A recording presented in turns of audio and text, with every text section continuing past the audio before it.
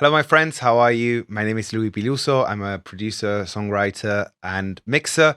And today we're going to talk about compression, specifically FET type compression that you can find it in analog gear and famous compressors as the 1176 of Uri or Universal Audio. And today I'm going to teach you how they work. I actually have an analog compressor from an Argentinian brand called Quagliardi Pro Audio that has done new version on the 1176 with added features such as stepped knobs, bypass, mix, and all of the new features that we all love from the plugin versions. And also it has a combination of the circuitry of API as well. So it's a mixture between both things. It's quite an affordable one, and I absolutely love how it sounds. I'm going to teach you how every knob works and what it does. And then I'm going to show you examples with a drum bass. I'm going to show you examples with a vocal and a bass guitar.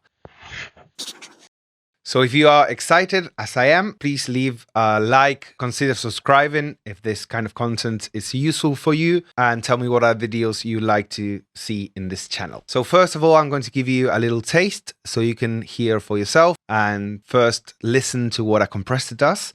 So I'm going to use a drum bus and I'm going to bypass it and also leave it in so you can hear what the compression sounds like. So now we're going to test out the compressor with a drum bus and see how it goes. And we're also going to be changing some of the knobs and listening to the changes it produces.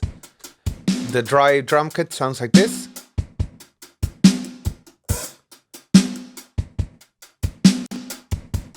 Let's kick in the compressor. As we can hear, it starts to eat up the transient.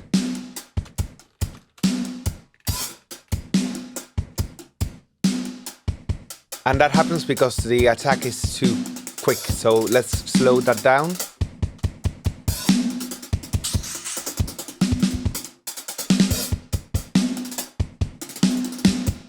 Let's turn this off.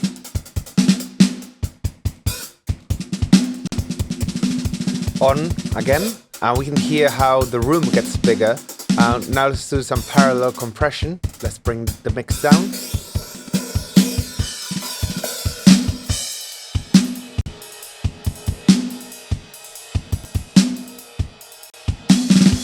So we can now hear how the ride symbol on the right gets much higher in volume. Let's change the ratio. And let's activate the boom.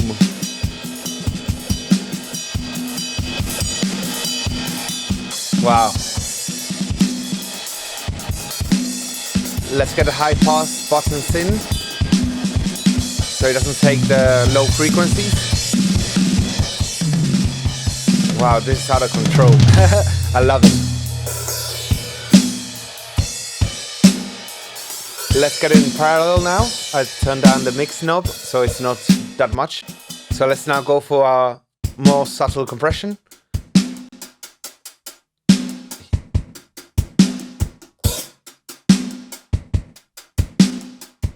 Let's hit the XRL.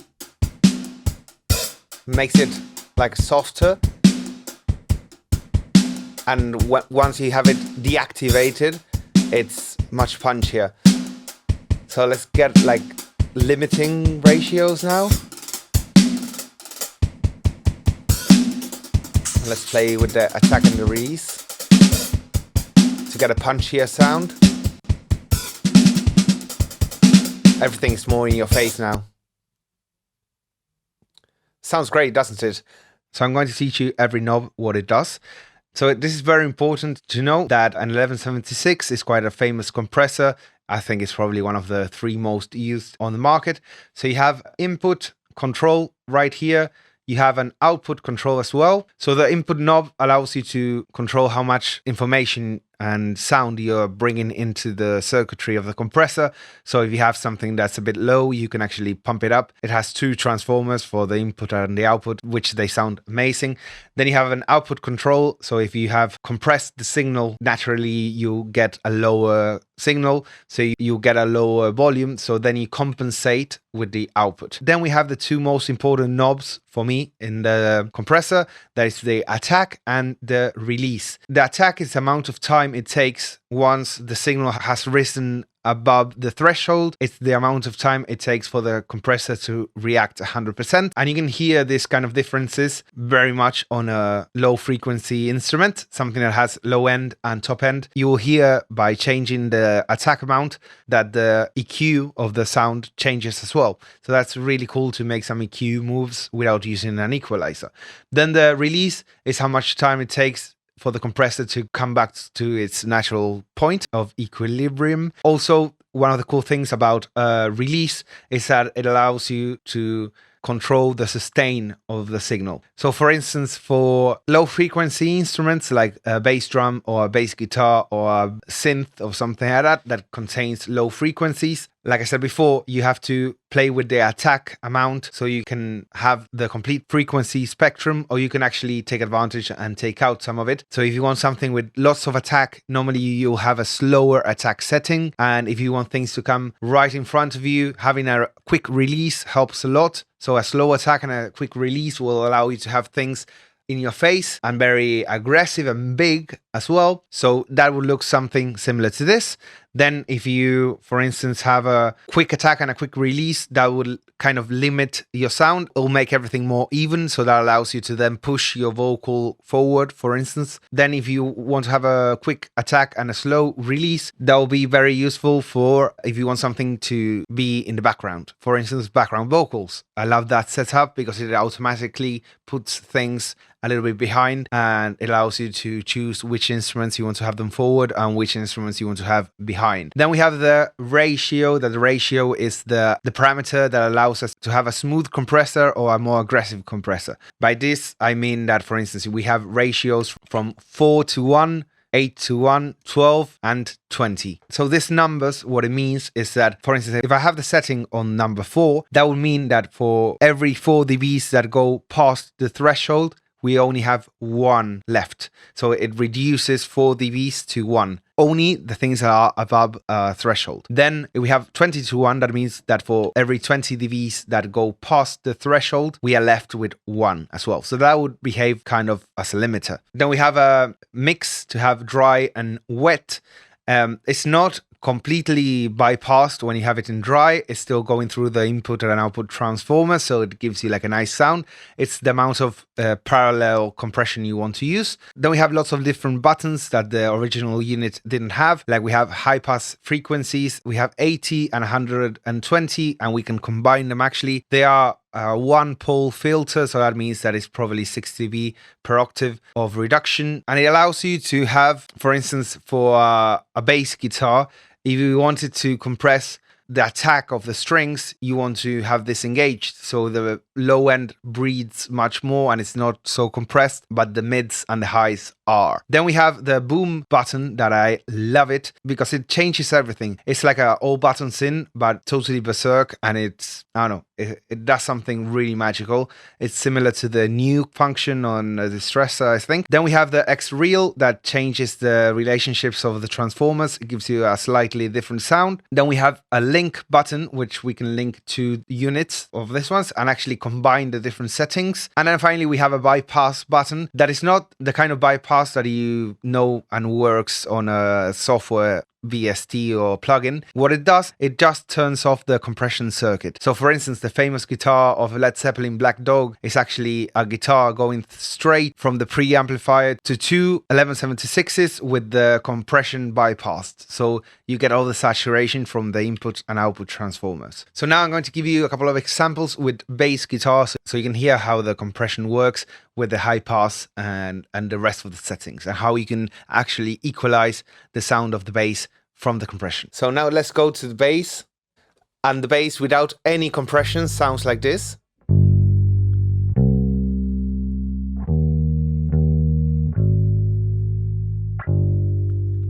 We can see that it has several peaks in volume. And now we can activate the compressor without using any kind of gain reduction, and it already changes and shapes the sound in a huge way. So now we're going to try to get fatter. So that's without it. And this is with going through the transformers. Huge difference, and it actually EQs the sound. So now let's punch in some compression. Let's bring down the output since it's getting the volume higher. Let's get the boom feature and the high pass. And now it's gotten thinner since I took out the high pass. But let's try out how it sounds like this in this position.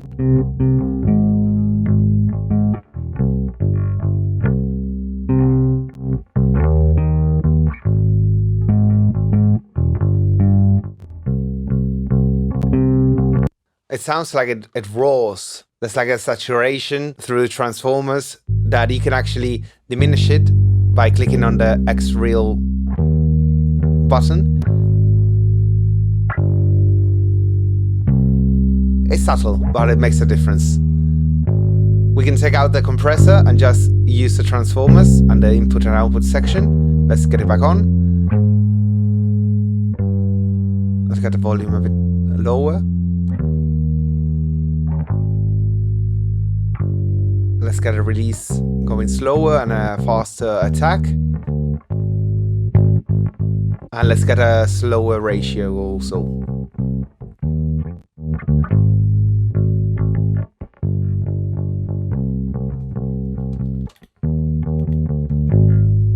Let's get it into parallel now.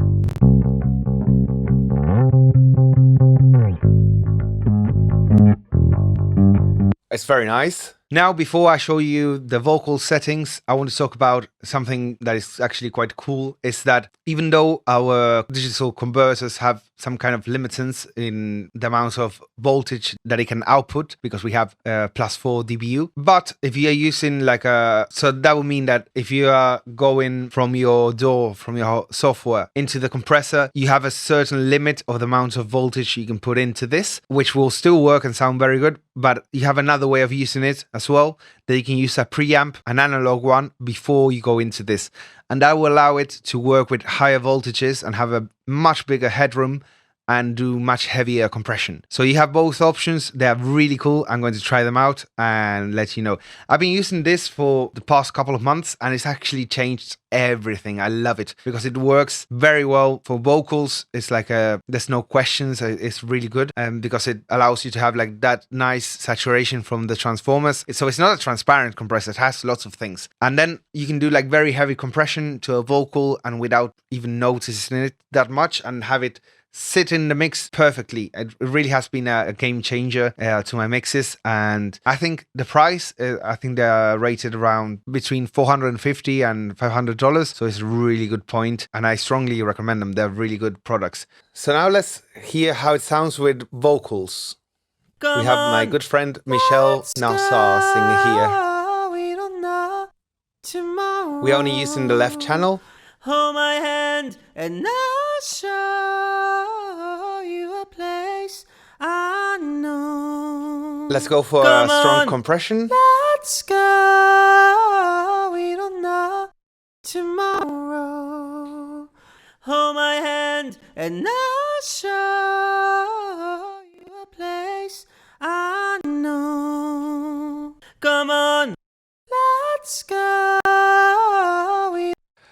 Listen to the part at the beginning, how it gets much more flatter and even Come on, without compression. let's go. We don't Now listen how it's in your face all the Come time. on, let's go. With the compression, of course. We don't know tomorrow. This makes it much easier to be able to fit it into the mix. Hiding behind shiny toys.